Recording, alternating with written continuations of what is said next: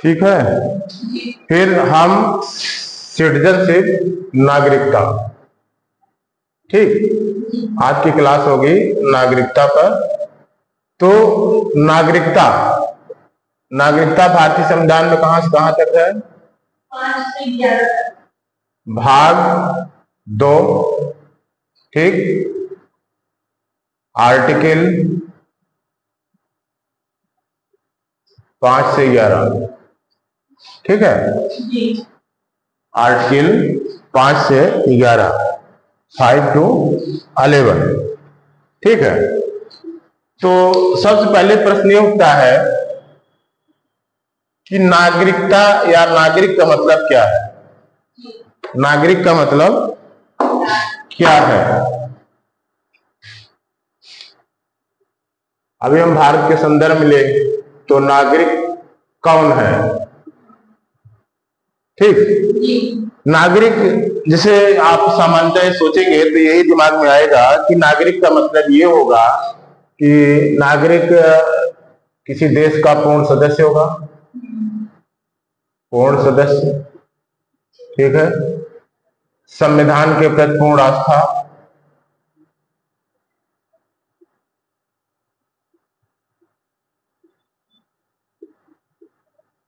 ठीक है। और अगर पूर्ण आस्था भी है संविधान के प्रति तो पूर्ण सारे अधिकार भी मिलते हैं, सारे अधिकार भी होंगे उनको। उन अधिकार, कुछ ऐसे भी अधिकार होते हैं कि जो कि केवल नागरिकों को ही मिलते हैं।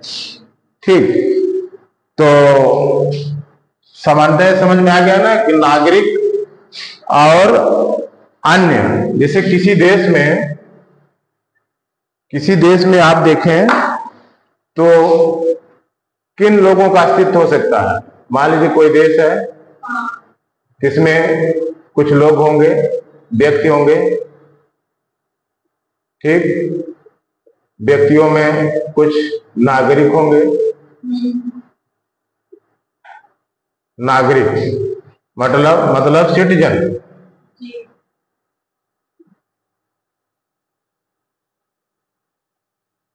ठीक, और कुछ जो बाकी होंगे वो गैर नागरिक होंगे, गैर नागरिक होंगे, है ना। गैर नागरिकों को भी आप वर्गीकृत कर सकते हो। शत्रु देश,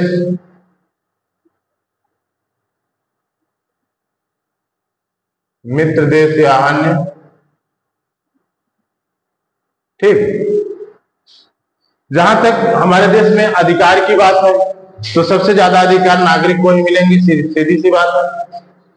ठीक, दूसरे स्थान पर मित्र देश या अन्य जो मित्र देश हैं उनके नागरिकों को अधिकार मिलेंगे। और सबसे कम जो अधिकार होंगे वो शत्रु देश के, ठीक है, शत्रु देश के नागरिकों को होंगे। ठीक, क्योंकि भारत के संदर्भ में देखो तो अनुच्छेद 22 क्या कहता है? अनुच्छेद 22 के अनुसार 22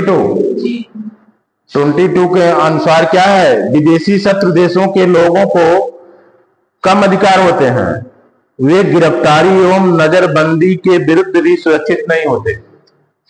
क्या? गिरफ्तारी एवं नजरबंदी के विरुद्ध भी सुरक्षित नहीं होते। ठीक, ये बात समझ आ रही है कि कितने प्रकार के नागरिकों का नागरिक और अन्य व्यक्तियों का अस्तित्व हो सकता है। इसी तरह और भी अंतर किए जा सकते हैं।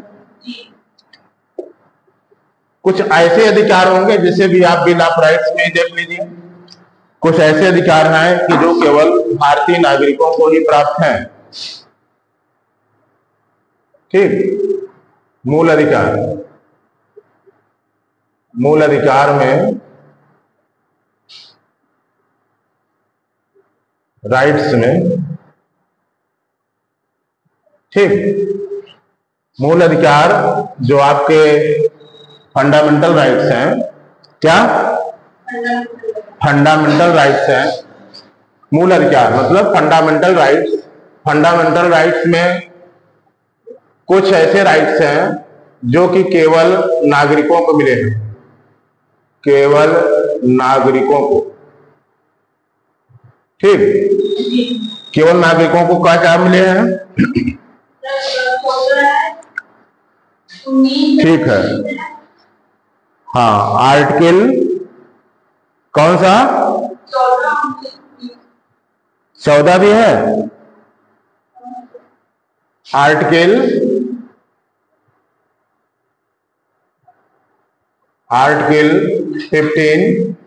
15 में क्या कहा गया है, हाँ, मूल वंश मतलब कि किसके, किसी राज्य जो है विभेद नहीं करेगा, किन आधारों पर,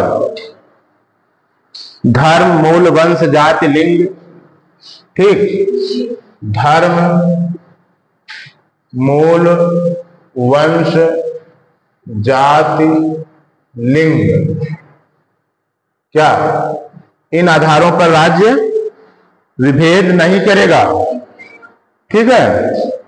इसी तरह आर्टिकल 16 को आप ले सकते हो। आर्टिकल 16 क्या है,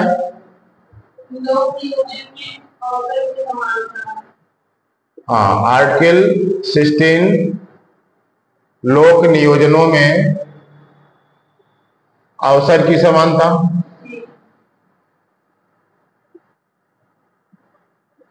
ठीक।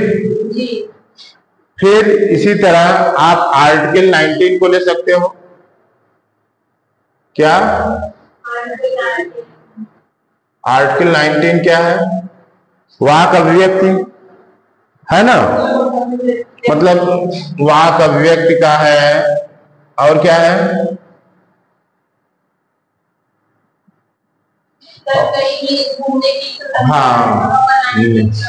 हाँ, संगम बनाने की स्वतंत्रता, आबाद संचरण की स्वतंत्रता, ठीक, कोई भी जीविका अपनाने की स्वतंत्रता, ठीक, और कहीं बसने की स्वतंत्रता, ठीक, और सम्मेलन की स्वतंत्रता, मतलब ये जो भी स्वतंत्रता है ये नागरिकों को ही प्राप्त है, बाकी के लिए अनुमति लेना है, ठीक है कि नहीं।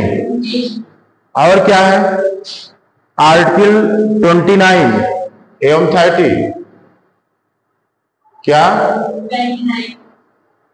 आर्टिकल 29 एवं 30, 29 एवं 30 ये कैसा अधिकार है, हाँ, संस्कृति और शिक्षा का अधिकार, किसका अधिकार है, संस्कृत एवं शिक्षा का अधिकार। इसके अंतर्गत जो भी है वो किसको प्राप्त है, केवल नागरिकों को प्राप्त है, गैर नागरिकों को नहीं प्राप्त है, ठीक है। इसी तरह और भी है, जैसे सार्वजनिक पद धारण के मामले में, सार्वजनिक पद धारण के मामले में, ठीक। अभी आप लोक सेवाओं से संबंधित पद देख लीजिए, लोक सेवाओं में तो इसमें भी भारतीय नागरिक होना चाहिए, क्या भारतीय नागरिक, हालांकि कुछ पदों पर, सभी पर नहीं, कुछ पदों पर भूटान एवं नेपाल की प्रजा को छूट मिलती है, हाँ, कुछ जो यूपीएससी के जो शीर्ष पद हैं उनको छोड़ करके भूटान और नेपाल की प्रजा को भी अनुमति भारत सरकार ने दे रखा है। ये तो नीतियों पर निर्भर है ना। लेकिन अन्य पद जैसे कि आपके यहाँ सांसद कौन होगा, ठीक है, सांसद कौन होगा, ये जो राजनीतिक पद है, विधायक कौन होगा, या भी जितने संवैधानिक पद हैं, राष्ट्रपति, ठीक, राष्ट्रपति, सीएजी, महालेखाध्यक्ष या महान्यायवादी, ठीक, अटॉर्नी जनरल, सोलिसिटर जनरल, मतलब ये सब जितने भी संवैधानिक पद हैं, हम एक भाषा में कहते हैं संवैधानिक पद। क्या? संवैधानिक पद। सभी में भारतीय नागरिक होना आवश्यक है। भारतीय नागरिक होना आवश्यक है, ठीक है। भारत में तो कुछ हद तक छूट है, जैसे कि राष्ट्रपति। अब राष्ट्रपति के संदर्भ में अगर केवल विचार करें तो भारत में जैसे कोई जन्मा कहीं भी है, लेकिन भारतीय सिस्टम के अनुसार, भारतीय विधियों के अनुसार, व्यवस्था के अनुसार अगर वो भारत का नागरिक बन जाता है तो भारत का राष्ट्रपति हो सकता है। क्या? भारत का राष्ट्रपति भी हो सकता है।